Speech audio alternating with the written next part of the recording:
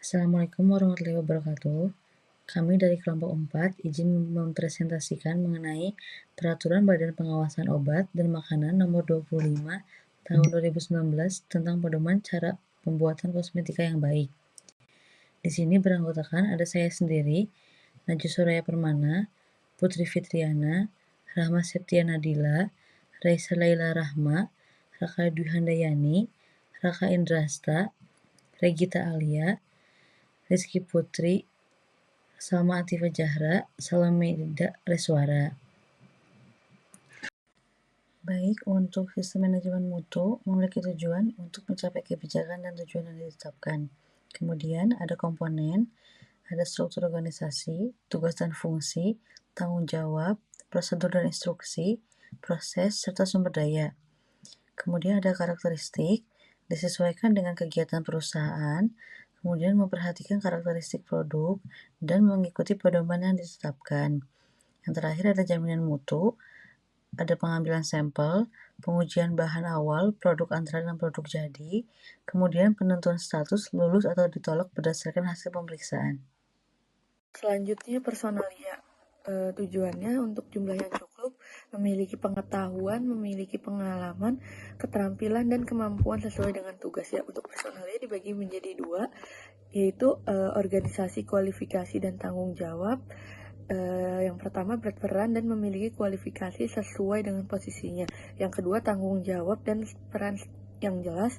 Yang ketiga memiliki personil yang cukup.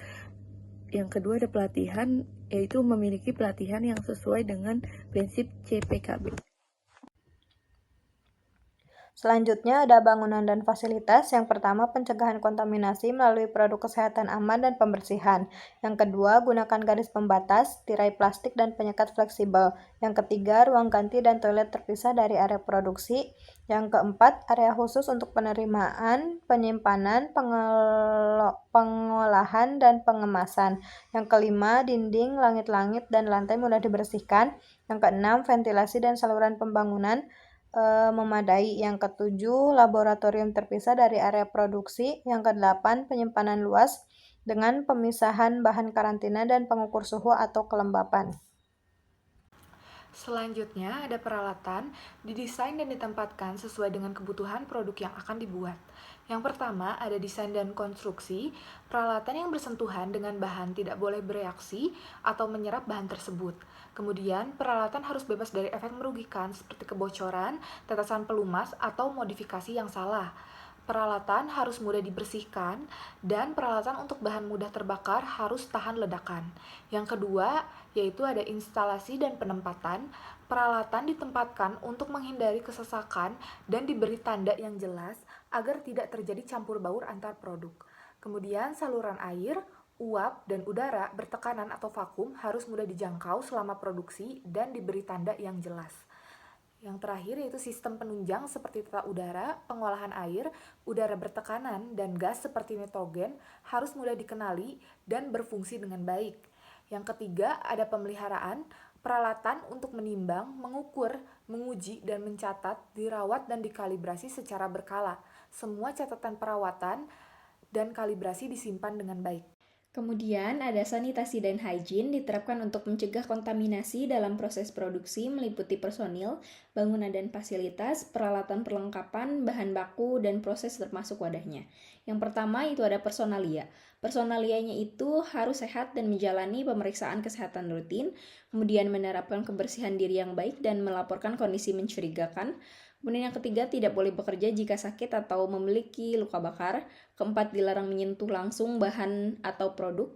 Kemudian wajib mengenakan pakaian yang kerja yang bersih, dilarang merokok, makan, dan atau minum di area produksi. Kemudian harus menjaga kebersihan di saat memasuki area produksi. Kemudian yang kedua itu ada bangunan. Bangunan itu harus tersedia wastafel atau toilet terpisah dari area produksi. Kemudian tersedia loker untuk menyimpan barang pribadi yang bersih. Kemudian pengelolaan sampah dilakukan dengan baik. Yang terakhir itu penggunaan bahan kimia pembersih yang aman dan tidak boleh mencemari produk. Kemudian yang ketiga ada peralatan dan perlengkapan. Peralatan dan perlengkapan dijaga dalam keadaan bersih, Pembersihan dengan cara basah atau vakum lebih dianjurkan. Kemudian yang terakhir itu ada proses tetap untuk pembersihan dan sanitasi mesin-mesin utama dilaksanakan secara konsisten. Kemudian selanjutnya untuk produksi. Yang pertama ada bahan awal. Air mendapat perhatian khusus karena merupakan bahan baku yang paling penting. Peralatan untuk memproduksi air dalam sistem pengolahan air harus menghasilkan air yang bermutu. Sistem pengolahan air disanitasi sesuai prosedur tetap. Kemudian untuk verifikasi bahan, semua pasokan bahan awal diperiksa dan diverifikasi mengenai pemenuhan terhadap spesifikasi dan dapat ditelusuri sampai kepada produk jadi. Sampel bahan baku diperiksa secara fisik terhadap pemenuhan spesifikasi dan dinyatakan lulus sebelum digunakan bahan baku diberi label yang jelas. Kebersihan bahan dan kemasannya diperiksa terhadap kemungkinan terjadinya kebocoran, lubang, atau dalam kondisi terbuka. Kemudian untuk bahan ditolak, pasokan bahan baku yang tidak memenuhi spesifikasi dipisah dan ditindaklanjuti sesuai prosedur tetap. Kemudian untuk sistem penomoran batch, sistem penomoran batch, setiap produk jadi diberi nomor identitas produksi atau nomor batch yang memungkinkan untuk dapat dilakukan penelusuran riwayat produk. Sistem penomoran batch dibuat spesifik dan tidak berulang pada produk yang sama. Tujuan untuk itu adalah untuk menghindari kesalahan atau kekeliruan.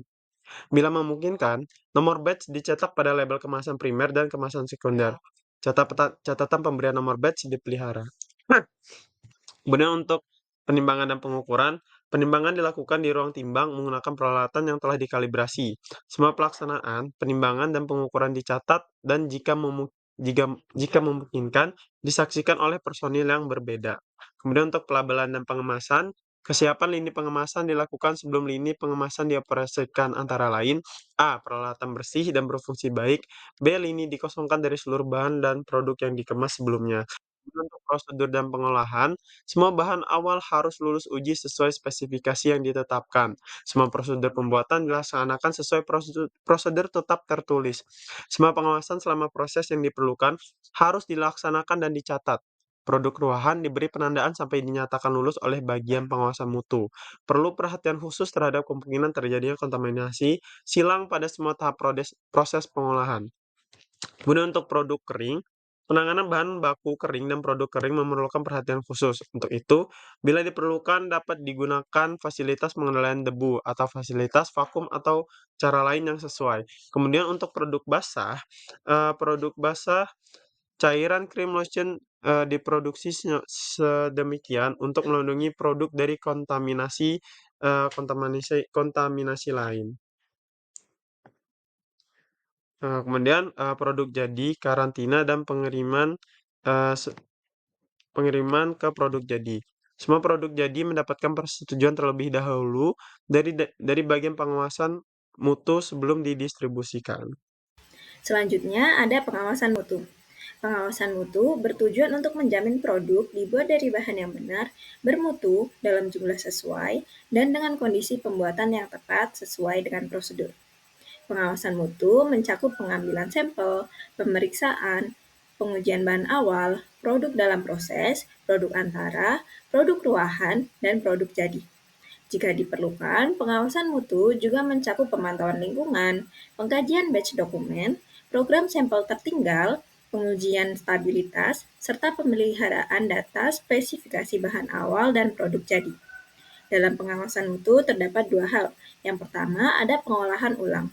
Metode pengolahan ulang dievaluasi agar tidak mempengaruhi mutu produk, dengan pengujian tambahan pada produk jadi hasil pengolahan ulang. Yang kedua ada produk kembalian. Produk kembalian diidentifikasi dan disimpan secara terpisah. Jika perlu, dilakukan pengujian ulang dan evaluasi fisik sebelum didistribusikan kembali. Produk yang tidak sesuai akan ditolak dan dimusnahkan sesuai dengan prosedur tetap, serta catatan produk kembalian dipelihara dengan baik. Kemudian bagian dokumentasi di mana ada sistem dokumentasi sendiri yaitu mencakup riwayat batch dari awal bahan hingga produk jadi, kemudian mencatat pemeliharaan, pengawasan, dan penyimpanan sesuai dengan CPKB, Untuk persyaratan dari dokumen itu sendiri yaitu mencegah penggunaan dokumen yang tidak berlaku, kemudian perbaikan dokumen dilakukan tanpa menghapus naskah dari aslinya, kemudian yang terakhir instruksi itu harus ditulis dengan jelas. Nah, untuk spesifikasi itu sendiri harus disetujui dan mencakup nama, deskripsi, dan parameter uji dari produk itu sendiri. Kemudian terakhir tentang dokumen produksi harus mencakup informasi produk, catatan pembuatan batch, kemudian catatan pengawasan mutu untuk menjamin kualitas dari produk itu sendiri. Baik, selanjutnya yaitu tentang audit internal. Audit internal ini terdiri dari kegiatan penilaian dan pengujian seluruh atau sebagian dari sistem mutu dengan tujuan untuk meningkatkan sistem mutu. Audit internal dapat dilakukan oleh pihak luar atau auditor profesional independen atau tim internal yang ditetapkan oleh manajemen untuk keperluan ini. Bila perlu, pelaksanaan audit internal dapat diperluas sampai ke tingkat pemasok atau kontraktor. Laporan dibuat pada setiap kegiatan audit internal selesai dilaksanakan. Untuk area penyimpanan, yang pertama area penyimpanan harus cukup untuk berbagai jenis bahan dan produk, termasuk bahan awal, produk antara, produk jadi, dan produk yang dikarantina atau ditarik. Lalu yang kedua disediakan area pengambilan sampel bahan awal untuk mencegah kontaminasi. Yang ketiga area penyimpanan produk karantina diberi batas yang jelas. Yang keempat dirancang untuk menjamin suhu dan kelembapan tertentu serta dipantau secara berkala. Yang kelima, tempat penerimaan dan pengiriman melindungi bahan atau produk dari cuaca. Yang terakhir, bahan berbahaya disimpan dengan aman. Penanganan dan pengawasan persediaan. Untuk pengawasan, yang pertama, catatan penerimaan dan pengeluaran bahan atau produk dipelihara. Yang kedua, pengeluaran bahan atau produk dilakukan mengikuti prinsip first in, first out atau FIFO dan first expired, first out atau FIFO. Cek yang terakhir, semua label dan wadah bahan atau produk tidak boleh diubah, dirusak, atau diganti. Lalu untuk penerimaan produk, yang pertama, pada saat penerimaan bahan atau produk, dokumen diperiksa dan dilakukan verifikasi fisik sesuai dengan deskripsi pada label, jenis, dan jumlah. Yang kedua, pada saat penerimaan bahan atau produk yang dikirim dilakukan pemeriksaan dengan teliti terhadap kemungkinan terjadinya perusakan atau cacat. Catatan pada setiap penerimaan disimpan. Selanjutnya, kontrak produksi dan pengujian. Kontrak produksi dan pengujian ditetapkan, disepakati, dan diawasi agar tidak terjadi kesalahpahaman yang menyebabkan mutu produk atau pekerjaan yang dihasilkan tidak memuaskan. Semua aspek pekerjaan yang dikontrakkan ditetapkan untuk menghasilkan mutu produk yang memenuhi standar. Perjanjian kontrak antar pihak, pemberi dan penerima kontrak dibuat secara tertulis dengan menguraikan secara jelas tugas dan tanggung jawab masing-masing pihak. Selanjutnya, penanganan keluhan dan penarikan produk. Untuk penanganan keluhan, yang pertama, personel bertanggung jawab ditunjuk untuk menangani keluhan dan membuat keputusan. Yang kedua, jika personel yang ditunjuk bukan yang berwenang, maka harus diberi arahan khusus. Yang ketiga, prosedur tertulis harus ada untuk menangani keluhan termasuk penarikan produk cacat. Yang keempat, keluhan terkait produk cacat harus dicatat secara rinci dan diinvestigasi. Yang kelima, jika catat produk ditemukan dalam satu batch, maka investigasi harus dilakukan terhadap batch lainnya yang terkait. Keenam, jika diperlukan, penarikan produk dilakukan setelah investigasi. Yang ketujuh, semua tindak lanjut dicatat dalam catatan batch yang bersangkutan. Yang delapan, catatan keluhan ditinjau secara berkala untuk mengidentifikasi masalah berulang. Dan yang terakhir, instansi berwenang diberitahu jika ada kegagalan atau kerusakan produk yang berdampak pada keamanan. Untuk penarikan produk, yang pertama, ditugaskan personel yang bertanggung jawab dan personel lain untuk melaksanakan seluruh aspek yang berkaitan dengan penarikan produk. Yang kedua, dibuat prosedur tertulis terkait penarikan produk dan ditinjau kembali secara berkala. Yang ketiga, catatan distribusi harus tersedia informasi yang cukup mengenai distributor dan harus tersedia bagi personel yang bertanggung jawab atas penarikan produk. Yang keempat, perkembangan proses penarikan produk dicatat dan dibuat laporan akhir meliputi kesesuaian jumlah produk yang telah dikirim dan yang ditarik kembali. Yang kelima, dievaluasi secara berkala terkait keefektifan pengelolaan penarikan produk. Dan yang terakhir, disediakan instruksi khusus untuk menjamin produk yang ditarik disimpan di tempat yang terpisah dan aman sambil menunggu keputusan selanjutnya. Sekian presentasi yang dapat kami sampaikan, kurang lebihnya mohon maaf. Wassalamualaikum warahmatullahi wabarakatuh.